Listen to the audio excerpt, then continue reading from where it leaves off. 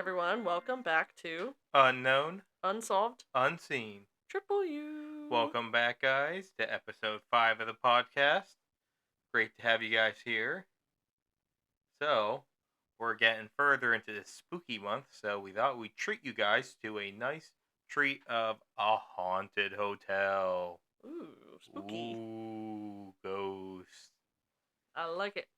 So, as we get into this, Sage, do you know anything about any haunted hotels? Like, you're asking me if I know anything about haunted hotels? Yeah, do you know any? Honestly, I actually literally the only things I can think of are prisons. Okay, so then I think it's So time maybe to I get don't. time to get educated. So today we're going to get into the Crescent Hotel. But first, I want to give everyone a thanks here real quick. We have hit over 150 listens already. I know that doesn't sound like much, but every single listen matters, and I'm so happy about all of it. Thank you guys so much for helping us. Yeah, thanks everyone who's taken the time to support us in this and um, listen to us talk about things that we find super interesting. So thanks for being along for the ride. Yep, and be sure to like, comment, subscribe. Let us know what you like and what you don't like from us so we can further improve. That's always our goal. All right. So today we'll be heading down south to Eureka Springs, Arkansas. Not Arkansas, though. I was just going to make a joke about that. Sometimes I want to read it that way when I look at it in my notes, but I don't. And America, I am confusion. why is this Kansas and this not Arkansas? Yeah, oh, I love that meme. It's so good. Yeah, I That think was a about Vine, that. right? What? That was a Vine? I think so. I was not a big Vine person at the time. I honestly can't remember. That was so long ago. Oh my gosh. It's crazy to realize how long ago that was. For sure. All right, so we're going to go down to Eureka Springs, Arkansas, to the lovely Crescent Hotel and Spa. Now, seeing how you responded earlier, I'm assuming you know nothing about the Crescent Hotel and Spa. No, but I hear the word spa and I think, ooh, this sounds very nice. But I'm going to go ahead and guess that because we're talking about it on this podcast in the middle of spooky month, that this is probably not a spa that's very calming and comforting. I'm going to be honest, I know nothing about the spa, mostly the hotel aspect of this place. So there's like no mention of whether or Well, not there's I mean, hauntings in the spa? no, nothing on the spa. Oh, okay. So, all right, first, let's get into history of the Crescent Hotel because that's important. So, the Crescent Hotel is located in the northern end of Arkansas in the town of Eureka Springs. Now, Eureka Spring was first discovered by Native Americans, and this area was known to have natural springs with mystical healing properties. Ooh. Now, this caught the eye to white settlers at the time, and some of them came down there in the 1800s claiming it cured them of illnesses and ailments. So, we'd go into 1879, where word of the healing spring started to spread, and people started to gather, creating the town of Eureka Springs. By 1880, 1 year after 1879, when the word really started spreading, there were over 2,000 homes and over 15,000 people. Why can't people just let things like that go? Nope. Like, why can't we just let nature be Nope. nature and Can't like do that. let the ugh. Gotta cram 15,000 people in a year, okay? And a That's lot of them so were like crazy. living in tents and stuff too. What year was this again? 1880. And they're okay. So, do you know what a growing town in the late 1800s needs? I don't know, but I have a feeling you're gonna tell me. What do you think? A hotel. Yeah, that's a good guess. But first, to get a hotel, you need a railroad back then. Okay, that makes sense. So the Arkansas governor at the time, Powell Clayton, wanted to capitalize on this and arranged for the arrival of the Frisco Railroad to Eureka. This was done with the help of the Eureka Springs Improvement Company, and with a new railroad, you're going to need a nice, beautiful hotel. All right. So we then roll into the Eureka Springs Improvement Company, hiring Isaac Taylor to design a luxury hotel for the city. So Construction started on the Crescent Hotel in 1884, and 2 years in 1886, the hotel opened its door to the rich and elite. This was a fancy hotel designed for the wealthy, not really for the common man, but that's what the type of people they wanted coming in was those people with the money bags. Okay, so it's got a similar origin story to the Cecil Hotel, like the episode I did. Well, the Cecil Hotel was done by like a lone guy. This is run by like the town, so Yeah, it but has it's like the meant for yeah, it's wealthy meant for people. that. This one just had the backing of a lot more richer and probably well informed people. I don't know. The guy who built the Cecil Hotel had a lot of money. He put millions of dollars into that. All right, and how did it turn out? Not great. How did this one turn out? It actually turns out pretty well. Still a hotel to today. Okay, never mind then. You had me there. Well, mine's still hotel too. It's just, sketch. Yeah. All right, Oh. I'm done making this comparison. So for the next 15 years, the hotel was ran by the Eureka Springs Improvement Company. It would be sold to C.H. Smith from St. Louis in 1901 for $30,000. And the following year, it was leased by the Frisco Railroad, the same original railroad that that was brought into the city in the 1880s. So they became the people leasing it in the early 1900s. Okay. The hotel did well with quite a few additions after the 1880s. However, people started to doubt the healing properties of the springs and question all the stuff about it. And by 1907, profits began to go south fast. Was there something that, made them question it? Probably just was not working. That would I'm make sense. going to assume that. So the Frisco Railroad would not renew their lease with the hotel as it began to struggle. A fair choice if profits aren't doing well, so they made the good choice. So after this, the hotel came under the ownership of the newly opened Crescent College and Conservatory for Women, which was Oh. created by the Eureka Springs Improvement Company, so it basically goes back to them. It would still be a hotel in the summer months during this, but it would be dorms during the school year in 1908 to 1923. Tuition was $270 a year for the 1908 to 1910 years, and then $375 a year in 1912. Now these were considered extremely expensive prices back then. I was gonna say, because I know that even in, the later 1900s, there was colleges that had tuitions that were less than that for a year. Yep. So Wow. there were between 80 and 100 students boarded there every year, and this was about the same amount as local students too. So it was about a 50-50 mix. However, the upkeep of the Crescent Hotel outpaced the income for tuition. The school closed in 1924 and reopened for a short period as a junior college from 1930 to 1934. Okay. So, interesting little tidbit of its history. But now we're going to get into the darker side of the of the Crescent Hotel. Was thinking about yours for a moment. It was no longer a hotel in this next brief period. Instead, it became a place of death. In 1937, the hotel was purchased by Norman Baker from Iowa, a self-proclaimed physician. Emphasis on self-proclaimed. He did not have any medical degree. What did you say his name was? Norman Baker. Oh, I thought you said Norman Bates. That's what I thought too when I first read it. And I was like, no relation. Are we about, is this where Bates Hotel comes from? That I actually looked that up. It did not. It's just, Normans out there. Them Normans be doing weird shit. Norman Bates, Norman Baker, and that dang Norman Osborn trying to stop Spider-Man. Okay. Sure, I'll take your word for it.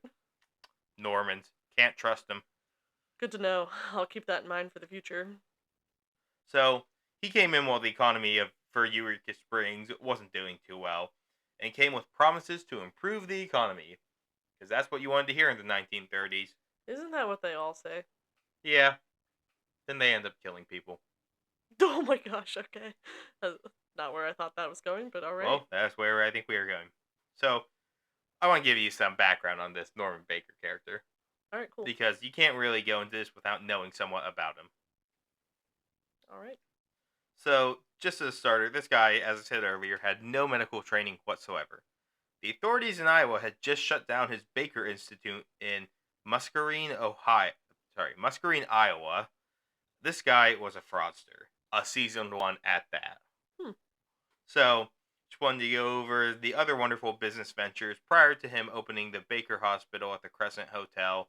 And for a frame of reference, he was born in 1882, so you can try and get an idea of his age at each of these times. Okay.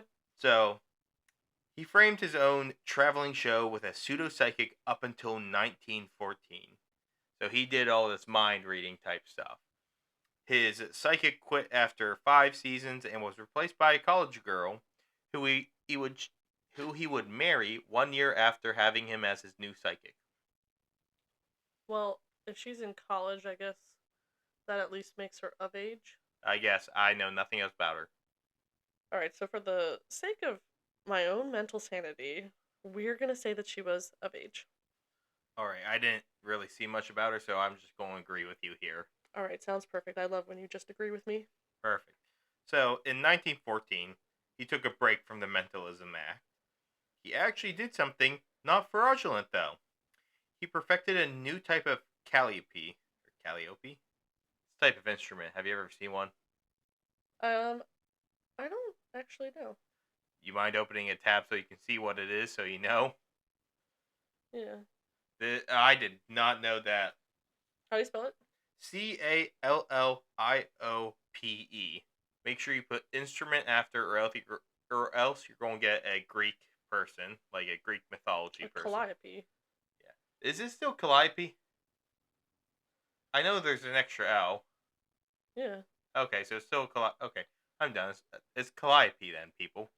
But Well, I yeah. think so. I mean, my niece is calliope, but with a K.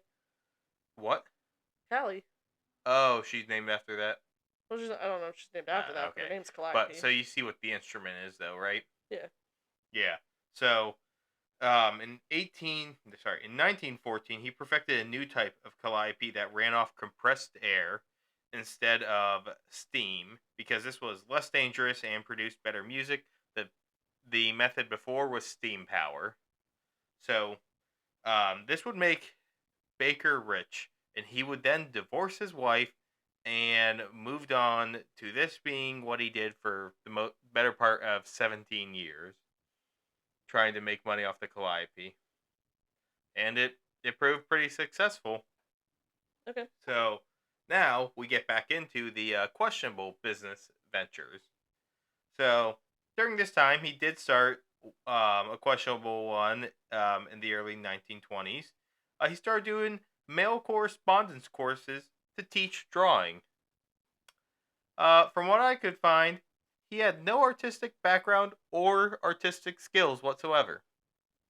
So people were paying through mail for a course from a guy who could not prove that he drew well and had no background in it, how to draw. Hmm. This guy, he just, man, his whole life is fraud. Yep, well, it keeps going. In 1925, he started a radio station called KTNT. This stood for Know the Naked Truth. What a name. Oh, this sounds like something that would happen in today's world. Yep, I'll wait until you hear. So he got the special treatment. In return for promoting the town of Muscatine, Iowa, I almost keep saying Idaho, the station got free water, electricity, and didn't have to pay taxes. Nice. You've said Iowa, Idaho, and Ohio. When did I say Ohio? That was the first time you made a mistake. It was Ohio. Oh, man. Look, I'm sorry, Mom. I know you're from Iowa, but I swear I know that Iowa is a place. Yeah, I'm sure she'll be very thankful. So, he used the station to boast his personal views, especially distrust of big business, government, Wall Street, and the American Medical Association. Dude is and what's his name? Alex Jones? Yeah, he's like an Alex Jones type guy. Is he like a reincarnate of this guy? I don't know. This guy did fly too close to the sun, though. Oh, So eventually he did an investigation himself of a cancer clinic in Kentucky, and this would inspire him. And it was a type of clinic that was actually not treating you, just selling you stuff to, think you're treated. treated. Oh, man. So, he was inspired to open the Baker Institute, a place to, quote unquote, cure cancer. A wonderful treatment that consisted of alternative treatment of a series of injections that people considered a holistic approach to this. So these injections would be for 5 to 7 days, and the contents of the injection were alcohol, glycerin, carbolic acid, and essence from watermelon seed, corn silk, and clover. So, he had people straight up injecting alcohol. Alcohol, glycerin, carbolic acid, and essence of watermelon seed, corn silk, and clover. Like, Exactly. intravenously? Like, into your veins? That I assume so. Or is this, like, into muscle? I don't know, but it was a mixture of this stuff, and he injected it into people. Don't know what percent of what thing, but some may say big pharma's going to try and keep these cures down, but I think this was a whole lot of bunk. Yeah, I mean, I get that, like, alcohol is a sterilizer or whatever, but, like, if you're just injecting that I shit think he, straight up. I think he just put some stuff together, make it look fancy, and then put it into people, and like, oh yeah. That's annoying because that, like, makes holistic medicine look ultra bad. Well, there's a lot of people like this in the holistic medicine field, and that's just unfortunate. Yeah, that is really unfortunate. So, if the cancer wasn't cured during the timeline, they could come back for treatment again for free. Wait, so you're telling me that they were there getting these injections for 5 to 7 days, right? Yeah. And if the cancer wasn't cured in that timeline, Over like a couple weeks or like a month or two. I forget what the actual timeline it was supposed to work in, which was it never anyone did. even alive? Yeah, this I don't think this. Well, can't really figure out if this killed them or not because in both the places he ran, proper documentation of how many people died was not kept whatsoever. It just, like, makes me think, like, oh, if it doesn't work, come back for free. But, like, if they're dead, how are they gonna come back? But wait, there's more. Oh, no. You may come back for free, but the treatment's the only free part. Board, transportation, and everything else, you still gotta pay for. Alright, at this point, you're, like, better off just doing something else. Yeah, and this guy was very vocal about all of this though. So, in the spring of 1930, he would catch the ire of the American Medical Association due to his radio slandering of them constantly and his crazy cancer cure. There were concerns he would start swaying people to his pseudoscience, and there were concerns that people were probably already dying from this. But as we know, he didn't keep records, so who would know? And the American Medical Association was not happy with this. Yeah, the best way to just pretend that you aren't getting people killed is to just not take record of anything. Exactly. Oh my god, this If I didn't dude. see it, it didn't happen. He picks her, it didn't happen. Yeah, that is exactly what happened here. Oh my god. So, the American Medical Association would call on multiple groups to put him out of business, like the State Licensing Board and the Federal Radio Commission. Baker's response would be, as any sane person would do, he sued the American Medical Association for libel and defamation. Oh dear. Oh no. Yeah, and in 1931, his luck began to run out. KTNT would not have his license renewed by the Federal Radio Commission. He lost his libel lawsuit, and he was indicted for practicing medicine without a license. Wow, karma will really bite you in the ass. So, what do you do in this situation if you were him? Obviously, stop using the radio. You become a good citizen and you go and you live quietly somewhere else where you're not hurting people. Duh. No, he does what any reasonable person would do. Flee to Mexico for 6 years. Obviously, I don't even know why I didn't think of that. Exactly. Flee to Mexico, 6 years. You heard it here first, folks. That's what you do. Yeah, this is a new segment we're calling Frank and Sage give you really terrible advice. Yep, Mexico, 6 years. Oh my gosh. And then, in 1937, he would return and get a hefty sentence for what he did. What do they consider a hefty sentence? A single day in jail. Oh my god, are you kidding me? That is all he got. I saw somewhere that said $1,000 fine, but only one place said that. But yeah, a single day in jail. Oh. They really taught him well, didn't they? Wow, he really hid in Mexico for 6 years to not have to do a single day in jail. Yep. That's so ridiculous. Yeah. This guy is something else. Man, the American justice system's been fucking up since, forever. Now, this leads us to the Baker Hospital in Eureka Springs in 1937. Basically, a continuation of the Baker Institute. He did everything the same down there. So when he got caught, got a single day jail, he really learned his lesson that Iowa is not the place to do this, and to move to Arkansas and try. Oh my gosh, you should have seen my face. I know, obviously, we're not doing video for this, but the look that I just gave Frank was like, are you freaking kidding me? What the heck? Yep. Oh, yes, this man sounds exactly like any other, So, American person, I guess. during this timeline, very much was the same as the Baker Institute with the quack cures for cancer. Um, he converted the hotel into his own personal place to do these wonderful medical miracles, and what better place than a place that had healing springs before? He's trying to Yes. revive that legacy. Oh What my a humble gosh. guy. I hate this guy. Oh, don't worry, you'll continue to hate him. So he converted an area in the place, I believe it's in the lower floor basement, into a morgue. Put an autopsy table in there and a walk-in freezer. Ew. Yeah, lovely additions to a hotel, if you ask me. Yeah, this is really giving H.H. Holmes vibes. So, he also installed a secret staircase in his office. I saw two claims of what it was.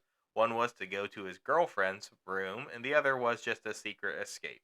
Okay, this really is giving H.H. Holmes Let's vibes. see, he had a six-sided desk, which is still at the hotel now, and is in the lobby at the gift shop. Like a hexagon? No, it's like half a hexagon. I guess it's six-sided because it's like, like my desk here that I have is a six-sided one here that I have. This looks a bit funky. Alright. Apparently, it was to help him run multiple different business ventures at once. Each side was for different fraudulent I'm business. pretty sure that's what someplace said. Each side was for a different business. Oh my gosh. Oh, look at me. So, he would also make a lot of things lavender. He seemed to love this color. It was his favorite color, I presume, because he also wore lavender clothing a lot. Fruity. Yeah, so many patients would die here. That's mostly assumed because That's not very lavender of him. nope. I think it's obvious why it happened, but there are no records on how many people died, as Baker didn't keep any, as Dude. with the institute. This dude and his lack of records. What the heck? Oh, don't worry, it's going to get better. He also kept a lot of jars with organs and other pieces from people. Ew. So how do we, How if do we there know is... about the jars? I was gonna say, if there's no records, how do we know that Okay, this happened? he showed off the jars to people, so people knew about them. And in 2019 in the garden, somebody found the jars buried. And they were uncovered. The hotel has all the jars now. Oh Since my 2019, gosh. they are found in the garden, buried there. That kind of shit freaks me out, but, So, I totally want to go see this. so yeah, there are buried tumors, other things, parts of people, organs in the garden. How did they determine back then if you had cancer? I assume there were ways, but I want to say, no if idea. there was tumors, that they were able to... I guess he would probably be extracting these after they died. Yeah, I'm not a medical expert. Also, he did have an autopsy table, so that would make sense. Yeah. So he preserved the stuff in jars, and when when this place eventually shut down, he hid them. What a gross human being. Yeah. Sometimes though, I did see in some interviews in recent years, the staff, like the heads of the hotel, will show this to some investigators or reporters, like some of the jars. They intend to display some of them eventually. I don't know if that ever has gone through, but that is what I read. Okay. I mean, it is a fascinating part of the history of the hotel. It's not Disgusting. it's not like they're the ones who are currently bottling it up. It's already been bottled. Yeah, I mean, if you think about it, people are doing that stuff today. Look, Anyway. guys, don't bottle organs and other parts of people. Buy it pre-bottled, then you don't have the guilt. Oh my god. Or here's a bright idea. If you want that kind of thing, use roadkill or something. I don't know. Roadkill humans. No, roadkill animals. Be Well, ethical about it, man. This is all human parts, so how else do you get it? No, we're not going to condone people using human parts for this kind of thing, Frank. This is not the type of podcast we run. All right, all right. So let's get back into this. So he went on this at the Baker Hospital for 2 years until he was arrested in 1940. Uh, Finally. he was arrested for, you guessed it, mail fraud. Okay, wait. What? Mail fraud. Related to 7 letters he sent out advertising the Baker Hospital. So he wasn't arrested on suspicion that his hospital was Nope. doing wacky shit. Mail fraud. And he got sentenced to 1 day last time. What do you think this sentence was for mail fraud? Nothing. 4 years. Oh.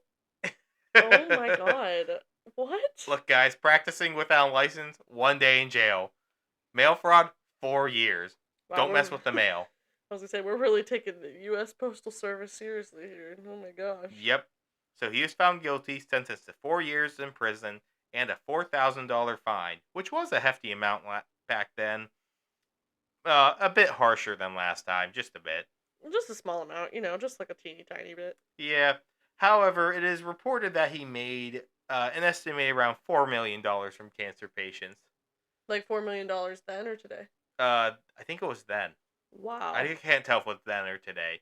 It did not specify in the source, and it did not specify if that was just the Baker Institute and a hospital together, or just one or the other. But I think it was meant for the entire time period. So 4 million. I mean, whatever is equivalent to 4 million today is still a lot. Yeah, that's a lot of back money. then. Or if it was 4 million today dollars, that was definitely a lot. Yeah. So after this, he eventually got out and retired to Florida, and eventually passing away. I believe it was cancer. So there's a level of irony in there. Oh yeah, wow. Karma again. Yep. So after this, the hotel sat vacant until 1946, and then the hotel came under new management. 4 businessmen from Chicago purchased it, and they would make it a hotel again, renovate it, and all that stuff. Between now and then, it would go under multiple different ownerships. And in 1967, at one point, a fire that was attributed to a faulty wiring destroyed much of the penthouse level. Oh. Yeah, that's sad. And now it is still a hotel. I did not write down the current owners, but it's basically the new goal is to bring back the Crescent Hotel to its former glory and preserve its historical significance. Sorry, I can't words tonight. That's alright. And now it is a member of the Historic Hotels of America. Oh, nice. That's good. I did look at that list. Surprisingly, we've never been to one, because I would have thought the Natural Bridge Historic Hotel would have been one, which we've been to. And that's not on the list? Nope. Wow. And some hotels eventually are taken off here. I didn't really look at it. Like the Stanley Hotel, the other haunted hotel. That one used to be on the list, but is no longer. I wonder what takes them off the list. I don't know. I was curious. And so let's go into the ghosts and hauntings. Ooh, spooky. All right, I am ready. So, first thing is that the Crescent Hotel calls itself the most haunted hotel in America. And in lists, the 2 most haunted hotels, it's typically between the Crescent Hotel and the Stanley Hotel in Colorado. So, I don't know which one's more haunted. I've been to the Stanley before for, we stopped by there on a family trip. Sounds like that place might be more haunted from what I heard, but I have not experienced anything. I guess we're just going to have to do an episode on the Stanley Hotel and make a comparison. Yeah, and also I really want to stay there sometime. Let's make it happen. Oh, hell yeah. I do have a book on Stanley Hotel hauntings downstairs that we can also read. It's a whopping 55 pages. Wow, that's so long. I've never read a book that long. I know, no way. So there's a lot of different sources out there, and some of them say the same stuff, some say different. A lot of this cannot be confirmed, but there are some things that do have some concrete facts behind them. So let's go to the most haunted room first in the hotel, which is room 218. This is allegedly from an Irish stonemason that fell to his death during the construction. A lot of places talk about this. I don't think this is one of the ones that there's necessarily accurate information proving that somebody died during the construction, but that is what's alleged. Over the years, people started to refer to this ghost as Michael. Aw, what a sweet name. So let's get into what Michael does. So here's a good list of things that have been reported from multiple people. Hands coming out of the bathroom window. Ew. Oh, no, yeah, bathroom. Sorry, no. Hands coming out of the bathroom mirror. Ew. Oh, that's worse. Yeah, that's pretty creepy. Cries of a falling man coming from the ceiling. Aw. Blood splatters on the wall. Okay, gross.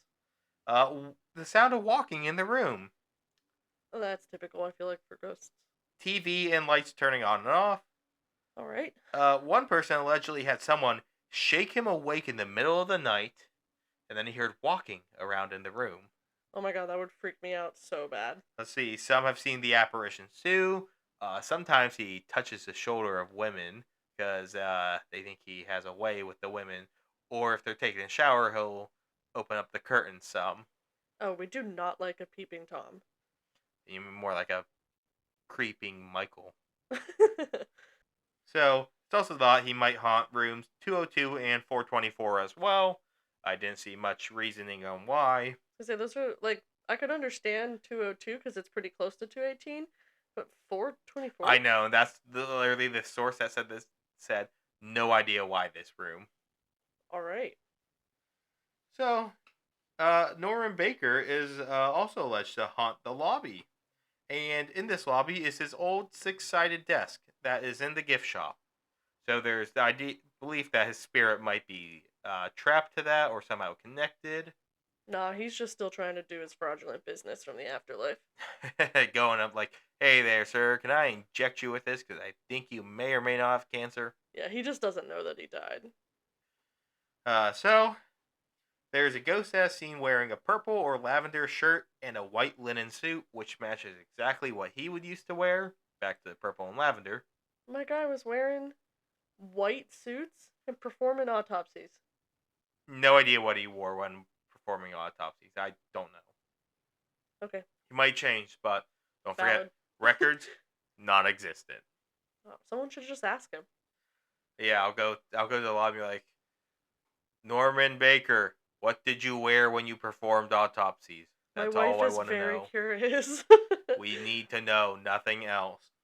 Yeah, don't give us any record of anything else, but just please let me know if you're wearing these pristine white suits to cut dead bodies open.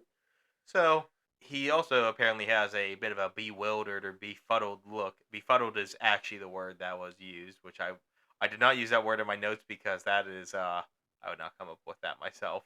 It's me. We have something in common. I also am holding a befuddled look because I'm confused why this man is described as looking that way. Yeah, and some people have matched the apparition with pictures of him from the time. Oh, that's neat. Yeah, so that's a nice little like confirmation to it. So, the next notable ghost reported is one known as Theodora. And this is an interesting one because she will interact with people. Okay. So, she's alleged to haunt room 419. 419 and 218 are two of the most requested rooms because of these hauntings. That makes sense. So, she will introduce herself to people as like a full apparition. And some people she'll tell them that she is a patient. Others she won't tell them. But shortly after then, she will vanish. Sometimes she'll curtsy and then vanish. But she will talk to you, want to help you out. She will clean up your room if you leave it messy. Which, one explanation for this is it could just be room service at awkward hours. Yeah, I mean, that's true. I can't imagine... What dying lit choosing your haunting as cleaning people's rooms? No, I can't imagine how much energy it would take to to talk to people. I have no idea how it all works. But then to use the rest of your time cleaning the room. Yeah, I mean, honestly though, I get that. I love to clean sometimes. So if there are clothes on the ground, they may be thrown on onto the floor in the hallway. This will also occur, apparently, if you say something to upset her or act in a way that may upset her. She'll take your clothes and put it in the hallway. Is there any, um, like, Video of it? no, like, record of what people have said to make her do that? Nope. I'd be interested to see, like, what offends her, like, because Yeah. obviously things that offend people are way different now than they were then, so. Yep. And sometimes her key, it can be heard her fumbling with keys, or her whenever you're going to unlock your door, that she's actually the one pushing the key in. Hmm, my girl's just trying to help you out. Apparently so. And then there is Brecky, a 4-year-old boy who died from complications from appendicitis. He can apparently be seen walking through the hotel, mostly the hallways, bouncing a ball. And of the people I'm staying here, it is confirmed this kid did die there from complications from appendicitis. Oh, that is the sweetest name, Brecky. Yeah. That's what, So, like, I've heard people call, like, breakfast for children. That's so like adorable. Theodora and Michael cannot fully be confirmed that they are actually people. Brecky can be confirmed that that was a person. Like, how is that just somehow, some way, someone happened to take documentation that he was there? I guess so, yeah. Somebody documented that 4-year-old named Brecky died of appendicitis complications at the hospital. Theodora and Michael, those were, I believe, named given by people or given by the ghost, but have not been able to be confirmed, to my knowledge. It's like, obviously it's sad that, like, their deaths at the hotel or whatever cannot be confirmed, but I do think that there's something very, like, settling and comforting about knowing that, like, someone took documentation that such a young boy died here. Yeah, so apparently he likes to then stick around and play with his bouncy ball. What is up with, like, children, ghosts, and bouncing balls? No idea. They didn't have like the Xbox back then, so they probably had to do something else. Oh my gosh, if if we die, is our ghost gonna be just, like, sitting on the couch playing Xbox? Oh my god. Will my ghost be yelling as loud as I do now at Halo?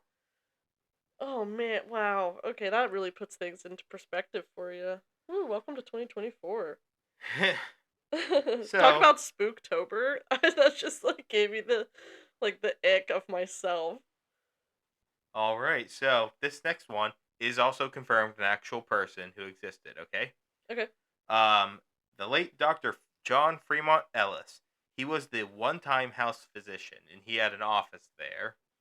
So I think he was like an on-site physician because I'm just going to assume they had those back then. They got an autopsy tech. They got. Well, this was before Baker's Hospital. This was still at the hotel age. Oh, okay. So far, what we can tell from the ones I've talked, Theodora is from the hospital age. The rest are before. Okay. So, um, Dr. Ellis, his ghost is described as a Victorian era ghost, which a lot of ghosts are going to be described Victorian era and what they wear and how they look. Okay. He is sometimes seen in room 212, which used to be his office. He is seen going down the staircase, described wearing a tuxedo and a top hat in the styles that would have been seen for balls in Victorian era. And he would also had mutton chops. I love, like, I love that you included that in Yeah, this white description. gloves as well. Those were the details that I got from it. But, mutton chops was mentioned in each of them, and some of the more details of clothes were only mentioned in some of the sources. It's very important that everyone is aware that this Tux. guy had mutton chops. The most important details of his outfit and looks from it was mutton chops, tuxedo, top hat. This sounds like an esteemed gentleman. All I gotta say is mutton chops, tuxedo, top hat, slay. Oh my gosh. Dapper, may I dare I say. He had drip. Ew, I hate using today's, like, Gen Z lingo for things that happened Victorian era ghosts saying he's dripped up. Oh god, do you think he had Riz? Oh, okay, we're not going that far. Well, I have a line that I do not cross, okay? I have standards. I'll say he has drip, but I'm not going to talk about a ghost Riz. Maybe Michael has Riz because he apparently likes the ladies. Oh my gosh. Okay, you won't do it for the doctor, but you'll do it for Michael. That is he's a doctor. Know. He seems like a nice guy. Yeah, he definitely does. with his And, mutton chops. and the other place he'll be cited is the lobby bar sometimes, sitting down there. He's just having a drink after a long Exactly. day. So I'm not going to defile his legacy with the word Riz, I despite we've too, kind of already done that. I too have a drink after a long day. It's chocolate milk, but still the sentiment is there. Chalky milk after a long day. Yeah, sometimes you just need it. So let's move on to some more spirits. These ones don't really have names. There will be only one more that I think has a name. Okay, well that's sad. So there's a spirit of a woman. Wow, wrote there's a spirit of a woman. Nice one, Frank. And she is said to walk the gardens behind the hotel, which is where the stuff was buried. But it is speculated that she was a student from when the place was a college. It's alleged that she fell off or was pushed off from a higher floor of the building and died. Oh, that's so devastating. Yeah, there's, to my knowledge, no records of somebody dying like that, but as we see, records are not always in 100% uh, there. Yeah. So we run into gaps. And then we're going to go into now a place instead of a person. The Crystal Dining Room is a place in the hotel that boasts some curious encounters and happenings. One holiday season, the source didn't say when, while the dining room area was closed, the grand Christmas tree and the presents were moved from one end of the room to the other while the place was closed. Oh my gosh, that's crazy. And then it was moved again to where there was like a Christmas symbol somewhere. They put the stuff around the symbol. It's like it's super fascinating to me to hear stuff like that because you just have to imagine like how much energy it's taking whatever thing is deciding to like play tricks like that to move things like that because you think about like you watch all the ghost adventures and ghost hunters and stuff and to just get like a knock or footsteps is like so rare and to think that like something is just straight up moving a Christmas tree and presents is insane. Yep. They moved a whole ass tree. They sure did. So employees have claimed to see spirits throughout it sporting Victoria era clothing as well, occasionally seen partying, like partying back there party. Um What and kind of when you can't, partying were they doing back then? I guess like a ball, if you think about it, that was Oh, their party. When you can't see the ghost though, you might be able to see them in the mirrors instead, because sometimes you look there and you'll see them.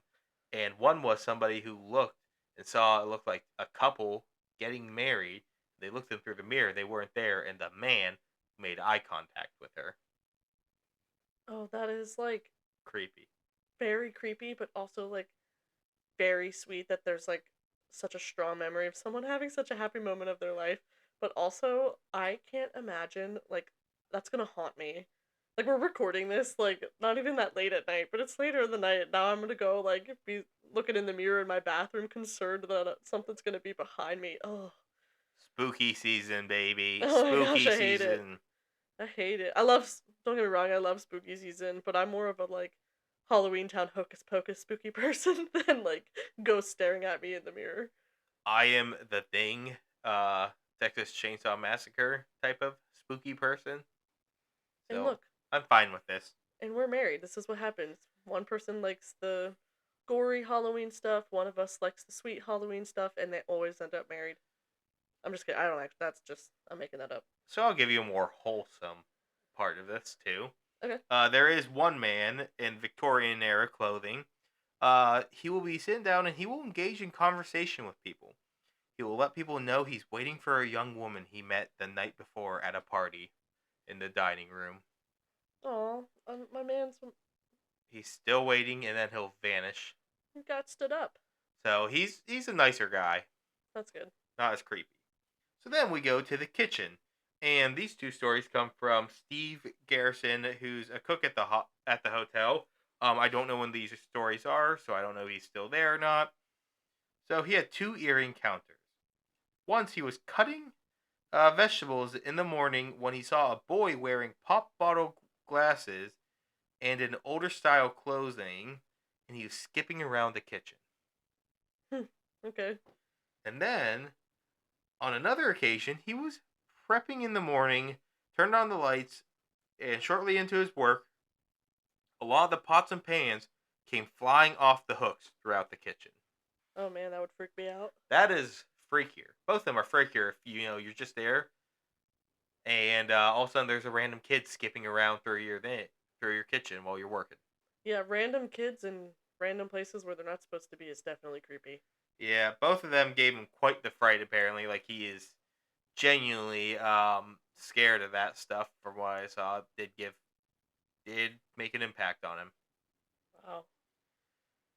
So here's another more lighthearted one. Phantom house cats have been reported throughout the hotel, one of which even has a name. Is this the last thing that has an official Yes, name? Oh my gosh, how cute. Morris was a tabby cat that passed away in 1994. He was also known as the unofficial general manager of the hotel. Oh my gosh, that's so sweet. 50 people ended up attending his funeral. He even has a portrait in the lobby. Oh my god, there's people out there who can't get 50 people to attend at their funeral. Look, this cat must have been cool, but there are reports of phantom cats, and one of them is believed to be him, Oh my gosh, that's so being sweet. the youngest ghost of the hotel. So, oh my gosh, I love that. Well, I don't love that he's stuck here or that, like, maybe, like, something happened to him that he's stuck here, but I do think it's very sweet that, like, there's, like, a tribute to him with his portrait and stuff like that. That's awesome. Yeah, so then let's move on to another haunted area. The third floor is alleged to be the most haunted, though. Despite Theodora's stuff being on floor four, I think 400 is probably on floor four, and the 200s are probably floor two, which is Michael's most haunted room. Hmm. Um, the third floor, apparently, you can see a nurse pushing a gurney through the hallways at times, and she will ignore you and never speak to you and then disappear. Okay. Screams can be heard through the floor. And then in room 3500, which is in the annex, so that's why I assume it has an extra larger number. You can find a woman dressed in a nightgown, and she is believed to be a patient of Dr. Baker. She has not talked to people like some of the other spirits that have been cited. Okay. Alan Brown, the author of Unexplained South, which is one of the books I used as my sources, and his wife Marilyn stayed in room 3500 for an investigation. Oh, neat. So, they did some tests during the night and initially found nothing. When Alan left the room temporarily to take their suitcases out, his wife witnessed Alan's Yeti glass fly off the table. Wow. And she apparently, when he came back, she was in shock over it and told him about it. When they asked staff, sightings in that room were not uncommon. The staff was disappointed that they didn't get any video evidence or anything of all of this. Yeah. Oh my gosh, getting a video evidence of that would be insane. Yeah. And then there's a quiet ghost that will appear in the lobby. He will be seen sitting in a particular chair and will eventually disappear. He will not talk to people. Some other encounters are that staff have seen the washer and dryers randomly shut off without reason. The washer and dryers are located where the morgue used to be. Oh, that would suck if you were trying to wash stuff and the washer just got shut off. It'd get so gross. Yeah. And there was a couple that reported that something tucked them in. Well, the man alleged that something tucked him and his wife in the middle of the night. Oh, that's kind of sweet.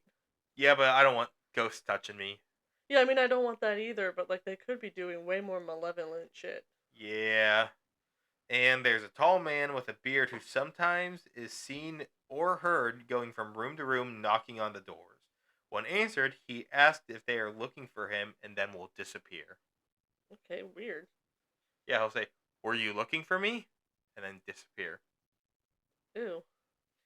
Yeah, and let's see. There was a group of teens who got on an elevator, followed by a like waiter-looking type guy with a tray of butter. Walked in with them.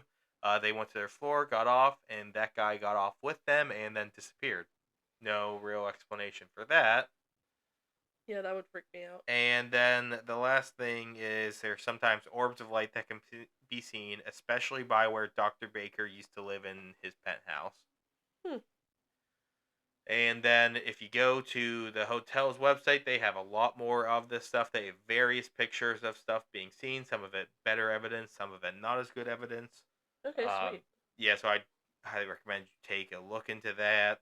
Um, so let's look at the present day of the hotel. So the hotel, as I said earlier, is once again a active hotel, and is one that has embraced its haunted past.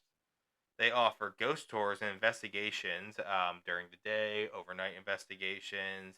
They have links to it on their official website where you can get tickets for it, so it fully embraces that. Okay, neat. Yeah, so it doesn't shy away from the past or the legends. They also offer tours of another local hospital, another local hotel, the Basin Park Hotel, which is uh, supposedly haunted as well. And that's nearby. Yeah, same town. Okay, cool. Might have to cover that in something else sometime later. Yeah, maybe. And both Ghost Hunters and Ghost Adventures have investigated the hotel. So the Ghost Hunters episode aired in 2005 in season 2 of the show, and Ghost Adventures episode was aired in 2019 in season 18. I watched part of the Ghost Adventures. I'm gonna be honest, I could not get past it after like 3 minutes in. Zach Bagans was like, "Oh, something negative's attacking me. Oh no! Oh, I'm being attacked. I feel awful presence here." Yeah. Yeah, we like did watch like Frank said a little bit of that one. It's hard to take that kind of thing as serious as we want to take it just because that puts a bad rep on the place. But the Ghost Hunters episode I thought was really well done.